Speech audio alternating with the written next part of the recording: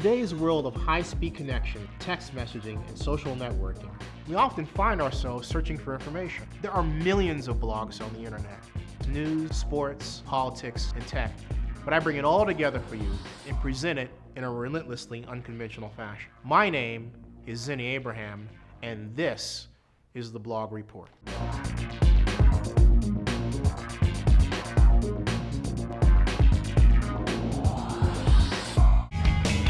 It's time now for news.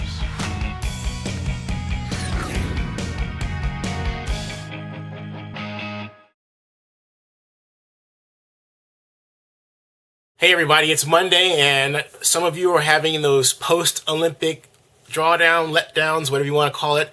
But I remind you, it's football season, and Andrew Luck looked really good for the Colts yesterday. Yes, it was a preseason game. And of course, on Thursday, Robert Griffin III, both Luck and Robert Griffin III were number 1 and 2 in the 2012 NFL Draft.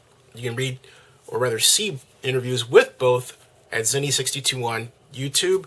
But getting back to what I'm saying, the two quarterbacks performed very, very well and set the tone for what I think is going to be an exciting NFL season, more exciting than before. But I'll talk about that a little later.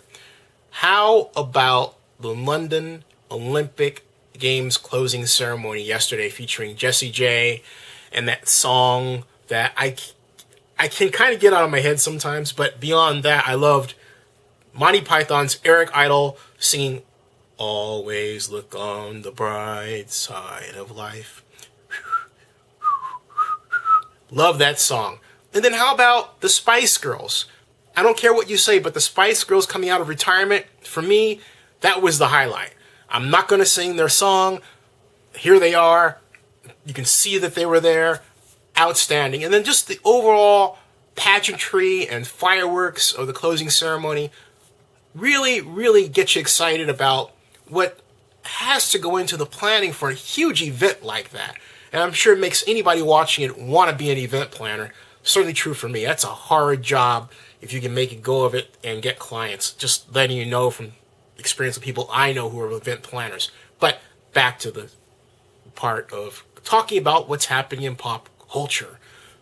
Miley Cyrus cut her hair and donated it for cancer and shaved it down to a point where one would say, okay, is this what she would look like if she had cancer?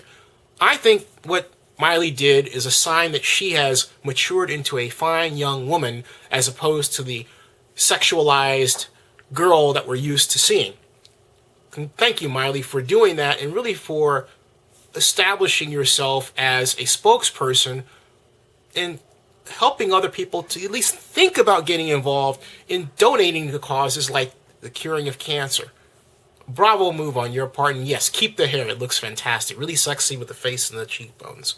I understand she's going to play on 2.5 Men. That's the rumor. Have to have that confirmed.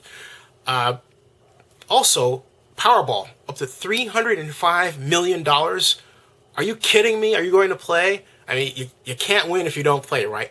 I don't care if you buy 1 ticket or 3 or whatever. You never know. I mean, there's nothing wrong with doing it once in a while.